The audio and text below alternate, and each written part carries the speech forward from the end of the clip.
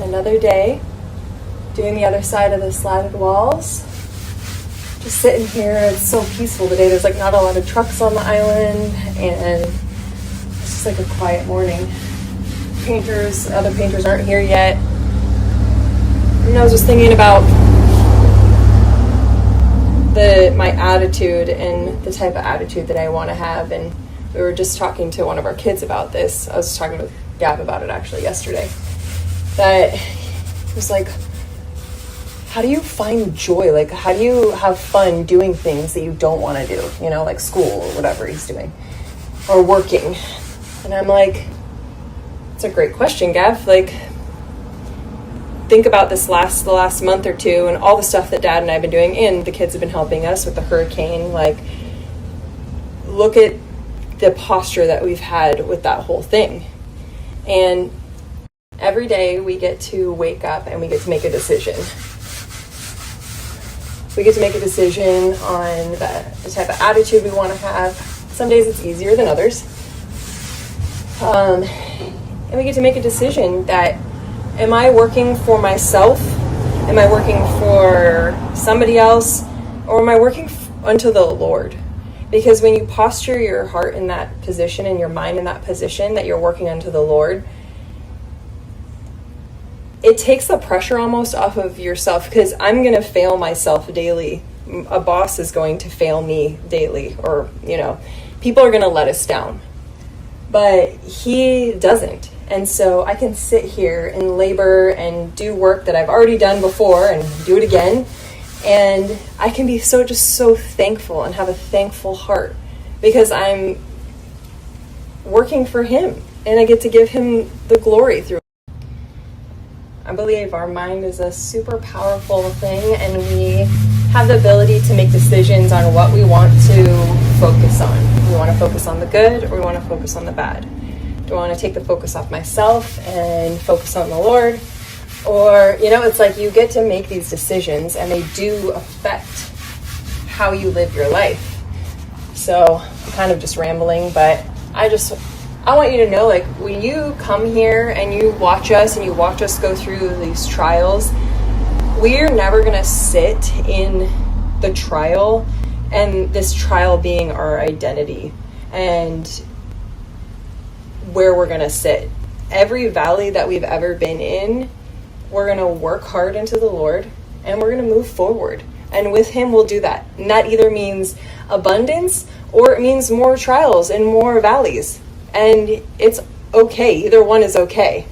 I woke up this morning and saw that people were arguing on one of my posts about, like, what we were doing with our lives. And it's crazy to me that people waste their time doing that. But it's sad, because I feel like somebody was saying that they were like, oh man, they would just like went on vacation. How could you go on vacation when all these people are hurting and, like, their business is like this? And it's like, man, you don't know who we are at all. That is not the way we live life. We will never, ever sit in the tragedy that we're in and claim that as our identity and our life. We will always be pushing hard to move forward. And I think that people like rooting for the underdog, and once you start to not be the underdog, people don't like you anymore.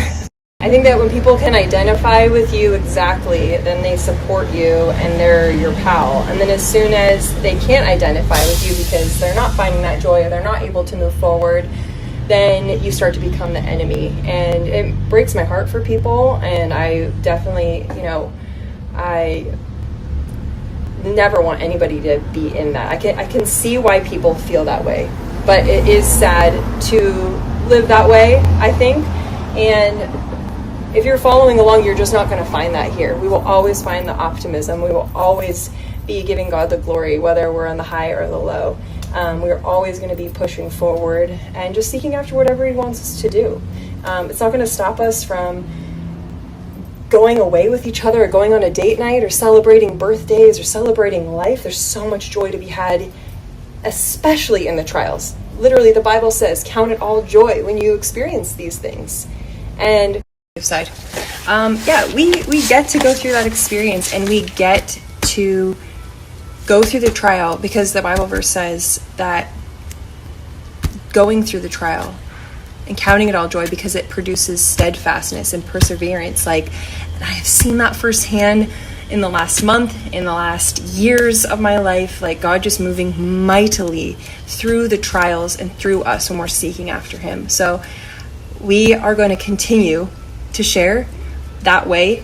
We're going to continue to live our lives that way, to bring our businesses back that way, to work hard, but also live our lives to the fullest, because you only have one life to live, and we're so grateful to be outside of this last month and just moving forward, and just to take everything that God has done and like use it to propel us, and just be expectant on what he's going to do in our lives, how he's going to use us, and how we're going to move forward. And I have such a peace about it.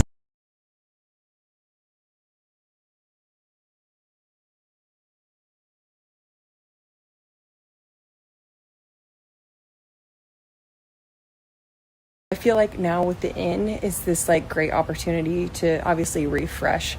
And somebody just said, showing that photo, they're like, I love seeing the creative process and like why you do things. And that photo, although it means like nothing, it's like of a restaurant, it was like, it just gave me this like complete vision for what I want to do for the whole property. And that's all I need, is just to have some idea, to be inspired to go forward, and then I can see it to the finish line. And that doesn't mean like everything will be exactly as I plan.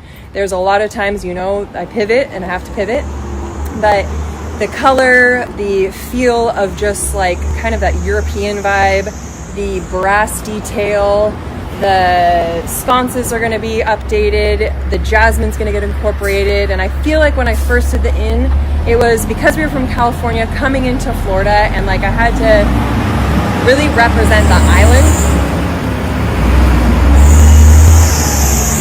This is the opportunity to really do who I am and like what I am. Although the inn was me, it was definitely influenced by, keeping to the ties of what Anna Maria is. And I love that still. But I'm also like, I'm an individual. Like, I don't need to look like everybody else and do what everyone is doing here. We can stand out and be our own thing. So I'm just excited, to go forward with what I want to do. And I've said this from the beginning of me sharing online for the past 8 years.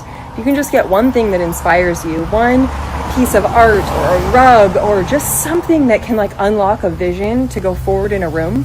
You don't have to have everything planned out perfectly, but just to have a vision to move forward, then it makes the design process way more fun, way easier, because you're inspired now by something. So, as you can tell, I'm very excited. This is gonna be good. The beautiful slatted walls are done. The problem is that the doors look so yellow now.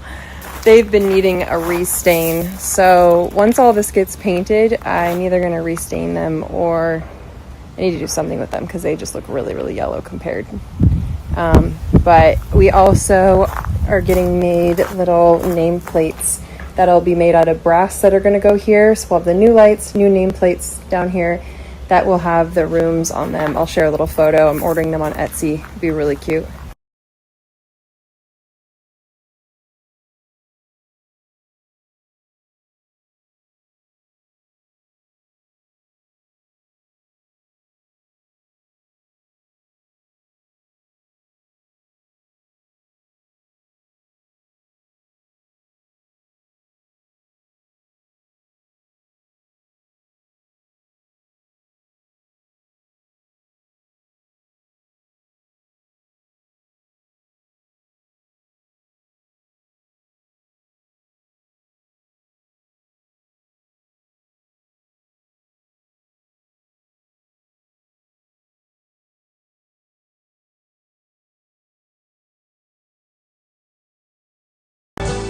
Start spreading the news.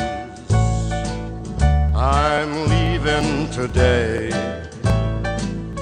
I want to be a part of it. New York, New York. These vagabond shoes